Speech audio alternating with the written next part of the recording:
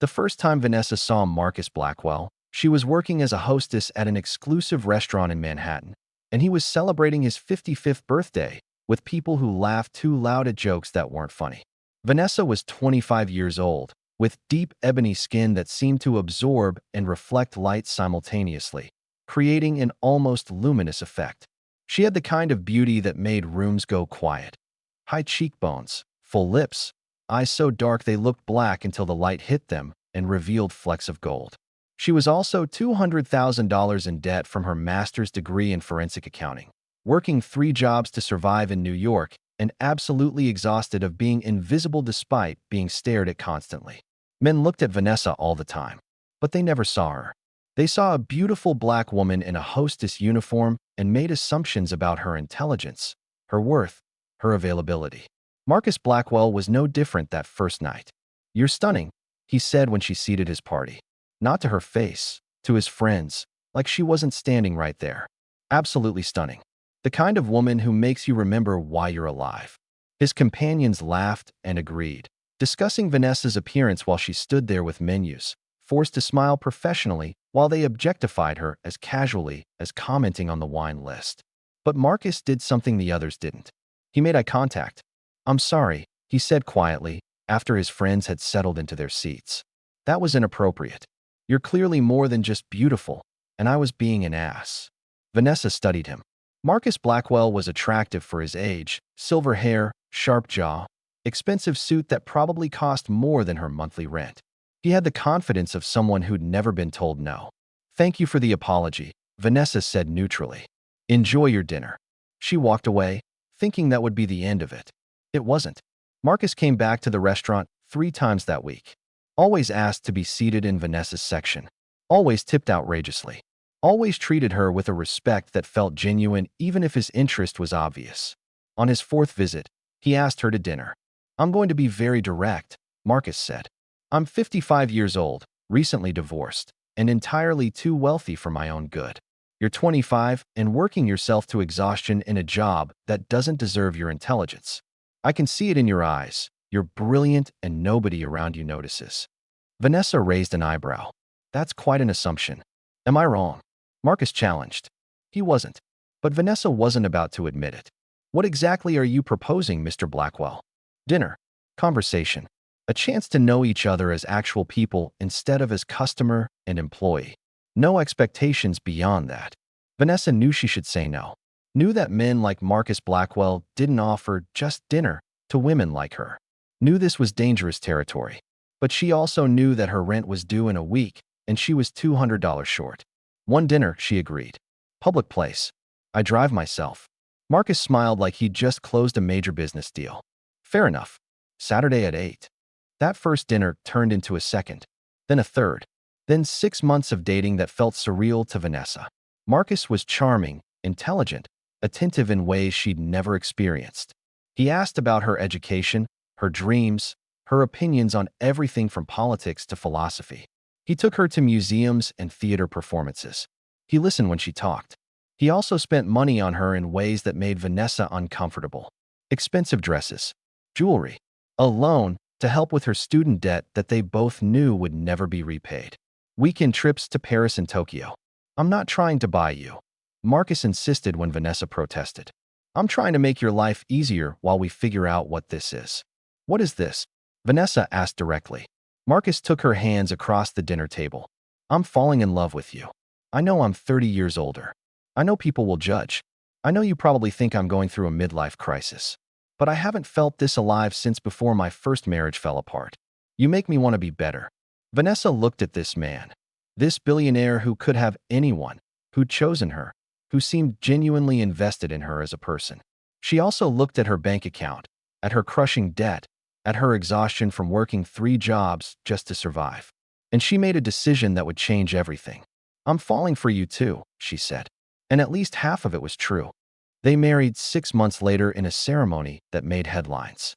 Billionaire Marcus Blackwell, 55, weds stunning model Vanessa Chun, 25.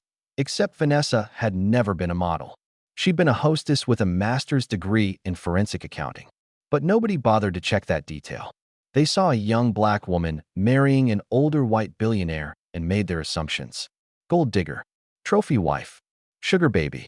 The whispers started immediately. At the wedding reception, Vanessa heard Marcus's business partner say to another guest, "Give it 3 years. She'll get bored or he'll trade her in for a younger model." These things never last. Marcus's adult children, 2 daughters in their 30s from his first marriage, didn't even try to hide their contempt. "Our father's having a midlife crisis," Melissa, the older daughter, announced to anyone who'd listen. "She's obviously after his money. We're already talking to lawyers about protecting the estate." At the reception, Vanessa smiled and posed for photos and played the role of blissfully happy bride while she memorized every face, every insult, every assumption. She had a photographic memory, one of the reasons she'd excelled in forensic accounting. She could recall entire pages of text, numbers, conversations. Nobody knew that about her. Why would they ask? They'd already decided who she was. The prenup had been brutal. Marcus's lawyers had insisted on it, and Vanessa had signed without protest. If the marriage ended before 10 years, she'd get nothing except a $2 million settlement, pocket change compared to Marcus's $4 billion fortune. After 10 years, she'd be entitled to half of everything acquired during the marriage. "I hate that they're making you sign this," Marcus had said apologetically. "But my daughters are threatening to tie up the estate in lawsuits if I don't protect the family assets." "It's fine," Vanessa had assured him. "I'm not marrying you for your money." That was a lie, but it was also more complicated than the lie suggested. The first year of marriage was almost pleasant.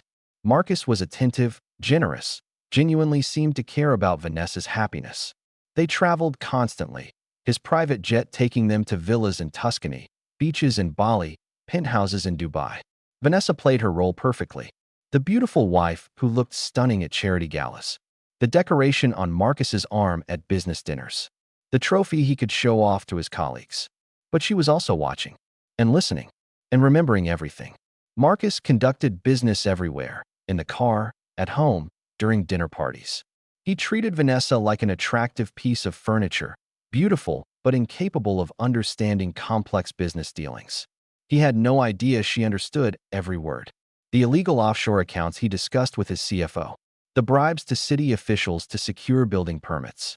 The insider trading tips he received from board members. The tax evasion strategies his accountants suggested. The environmental violations he authorized to cut costs. Vanessa absorbed it all, remembered every detail, and started documenting everything. She bought a small recording device, high-end and virtually undetectable, and wore it everywhere. Dinners, business meetings, phone calls Marcus made while she was shopping or napping in the next room. She photographed documents left on his desk, made copies of files from his home office computer while he slept, recorded conversations at business dinners where men spoke freely because they assumed the beautiful black woman at the table couldn't possibly understand complex financial discussions. One night, at a dinner with Marcus's business partners, one of them actually said, "Do we need to be careful what we discuss in front of your wife?" Marcus had laughed. "Vanessa's gorgeous, but she's not interested in business. She barely understands what I do. No offense, darling." Vanessa had smiled sweetly. "None taken. I'll just focus on looking pretty." The men had laughed and continued discussing a plan to manipulate stock prices through coordinated media releases. A clear case of securities fraud. Vanessa recorded every word. By year 3, the mask started slipping.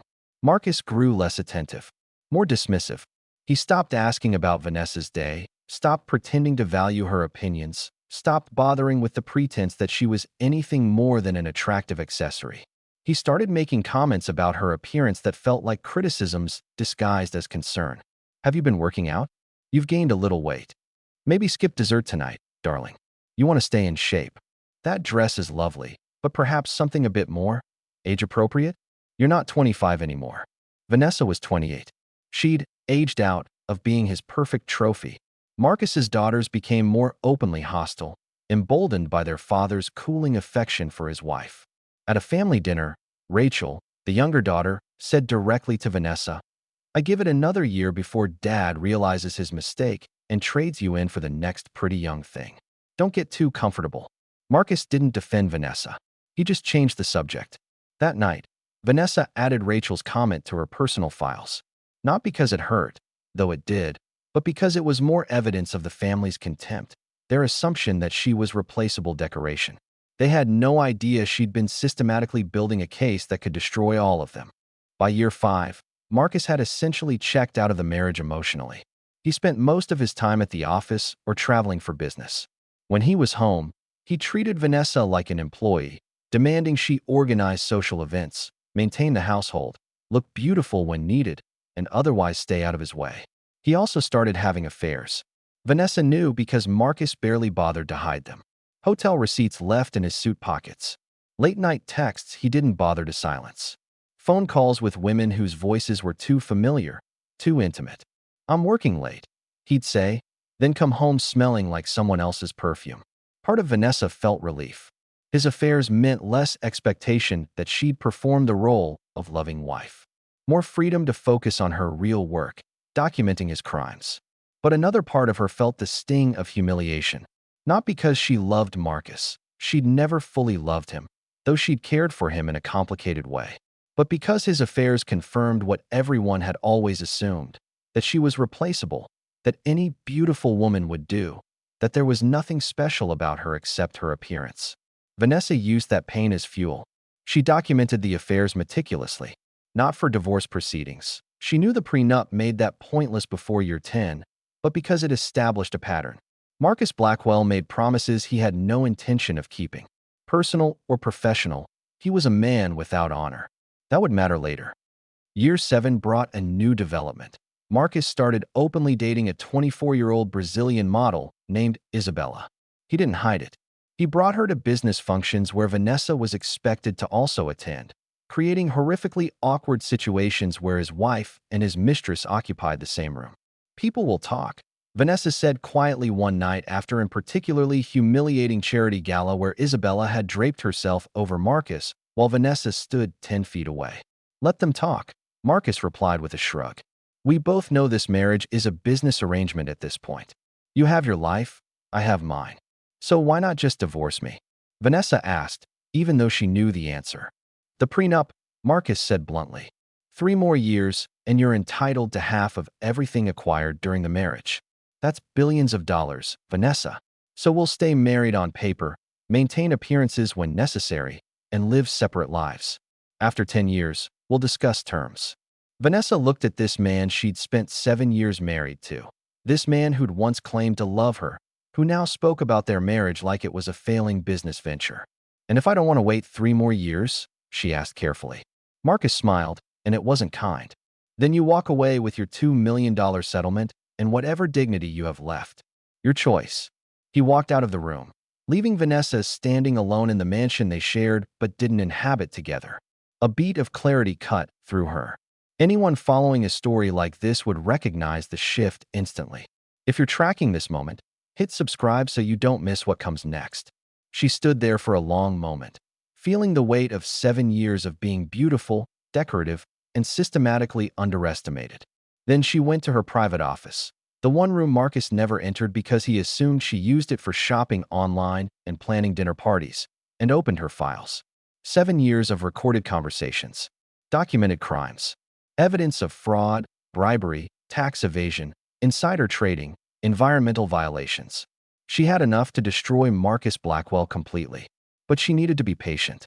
3 more years would give her legal claim to billions through the divorce. If she moved too soon, she'd only get revenge. If she waited, she'd get justice and compensation. Vanessa was very good at waiting. Year 9 brought the announcement she'd been expecting. Marcus called her into his study, a rare occurrence, and gestured to the chair across from his desk like she was an employee being summoned to HR. "I'm filing for divorce," he said without preamble. "I've discussed it with my lawyers, and we've found a clause in the prenup that allows for early termination under certain circumstances." Vanessa's heart rate kicked up, but she kept her face neutral. "What circumstances?" "The prenup includes a fidelity clause," Marcus said, sliding a folder across the desk. "If either party engages in an extramarital affair, the other party can terminate the marriage without the 10-year waiting period applying." Vanessa opened the folder. Inside were photos. Her having coffee with a male friend from grad school. Her hugging the doorman at their building. Her talking to a man at the gym. "You're accusing me of having an affair," Vanessa said slowly. I'm claiming there's reasonable suspicion, Marcus corrected. My lawyers believe that's sufficient under the prenup language to allow immediate termination. You'd receive your $2 million settlement, and we'd both move on. The precision of his cruelty settled over her like frost. If this unraveling hits harder than you expected, follow the channel so the full arc stays intact in your feed. These photos are from completely innocent interactions, Vanessa said, her voice hard. I've never cheated on you. Can you prove that? Marcus challenged. Because my lawyers are very good at creating doubt. We could drag this through court for years, expose every detail of your life, question every male friend you've ever had. Or you could take the settlement and walk away with your dignity intact. Vanessa looked at the man she'd spent 9 years married to and saw him clearly for the first time without any remaining illusions. He'd never loved her. He'd wanted a beautiful accessory, and she'd fulfilled that role. Now he wanted a younger model, and she was inconvenient. The prenup that was supposed to protect her after 10 years was being weaponized to dispose of her early. I need time to think, Vanessa said carefully. You have 1 week, Marcus replied. After that, I'm filing with or without your cooperation. Take the settlement or fight it and get nothing. Your choice. Vanessa didn't sleep that night. She sat in her office, surrounded by 9 years of documented evidence, and made a decision. A decision anyone watching this unfold should stay locked into. So save this video now before you continue. She'd been patient. She'd been strategic. She'd played the role of beautiful, vapid trophy wife while building a case that could destroy Marcus Blackwell and his entire empire. She'd planned to wait 1 more year, to make it to the 10-year mark and claim billions through a legitimate divorce settlement. But Marcus had just revealed that he was willing to lie, fabricate evidence, and violate their prenup to avoid paying what he owed. That changed everything. Vanessa pulled out her phone and called a number she'd been saving for 9 years. FBI Financial Crimes Division. A voice answered. My name is Vanessa Chun Blackwell, she said clearly. And I have documentation of extensive financial crimes committed by my husband, Marcus Blackwell. Securities fraud, tax evasion, bribery of public officials, insider trading, and environmental violations. I'm ready to provide everything I have. The FBI agent who met with Vanessa 48 hours later was a woman in her 40s named Sarah Matthews. She listened as Vanessa laid out 9 years of evidence, played recordings of Marcus and his associates discussing illegal deals, showed photographs of documents proving offshore accounts and tax evasion, presented emails that clearly demonstrated insider trading.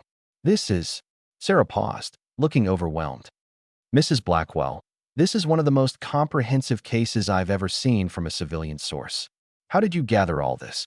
I have a photographic memory and a master's degree in forensic accounting, Vanessa said simply. I knew my husband was a criminal within the first year of our marriage.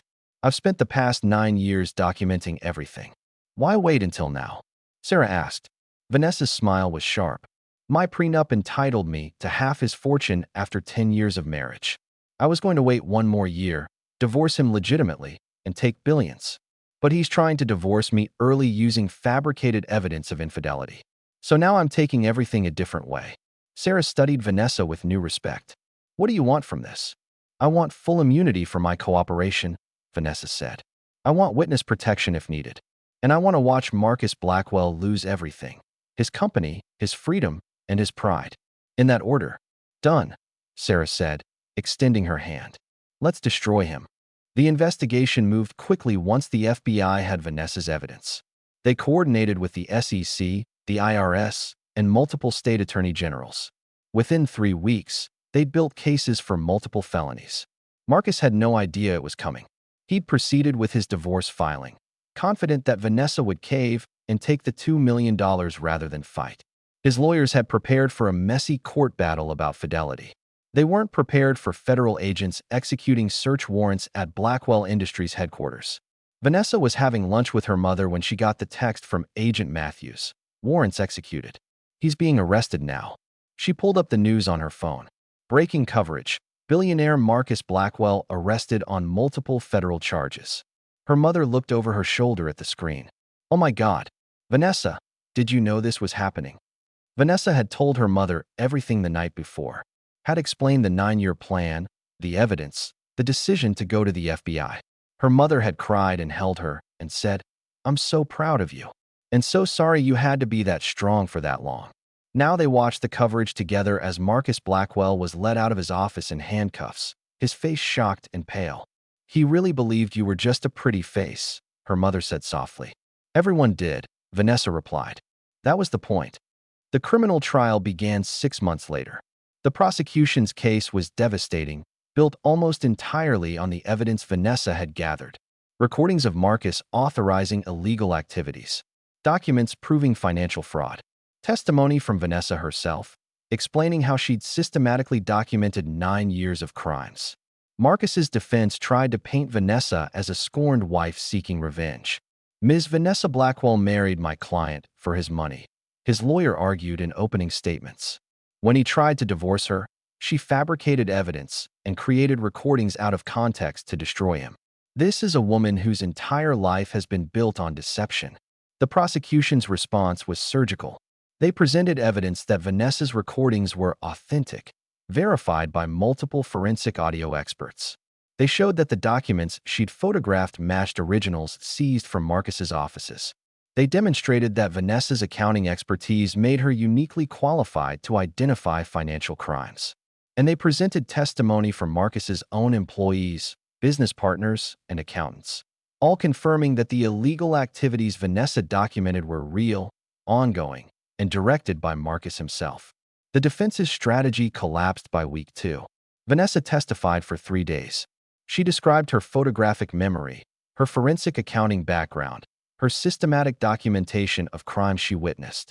She remained calm under aggressive cross-examination, never losing her composure even when Marcus's lawyers tried to rattle her. You married my client under false pretenses, the defense lawyer accused. You pretended to love him while plotting his destruction.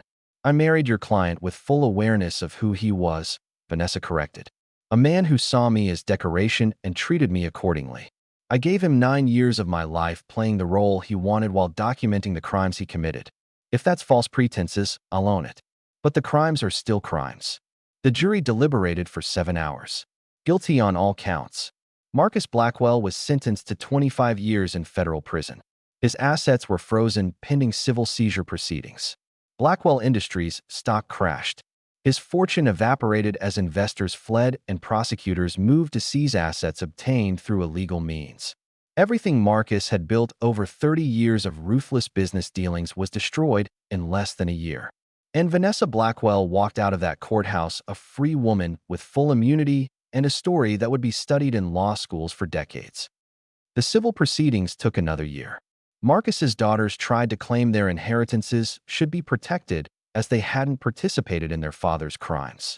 But prosecutors successfully argued that much of the family wealth was obtained illegally and subject to seizure. The Blackwell mansion was liquidated. The art collection, the cars, the vacation properties, all sold to compensate victims of Marcus's fraud. In the end, after all seizures and penalties, Marcus Blackwell had exactly $3.7 million left, put into a trust for basic necessities while he served his sentence. Everything else was gone. Meanwhile, Vanessa's book deal was worth $8 million. The Trophy Wife, How I Spent 9 Years Documenting My Billionaire Husband's Crimes, became an instant bestseller. The movie rights sold for another $5 million. Vanessa also filed a civil lawsuit against Marcus for fraud, breach of contract, and emotional distress. The prenup was voided due to Marcus's criminal conduct during the marriage. She won a $50 million judgment, most of which would never be collected since Marcus was essentially bankrupt, but the principle mattered.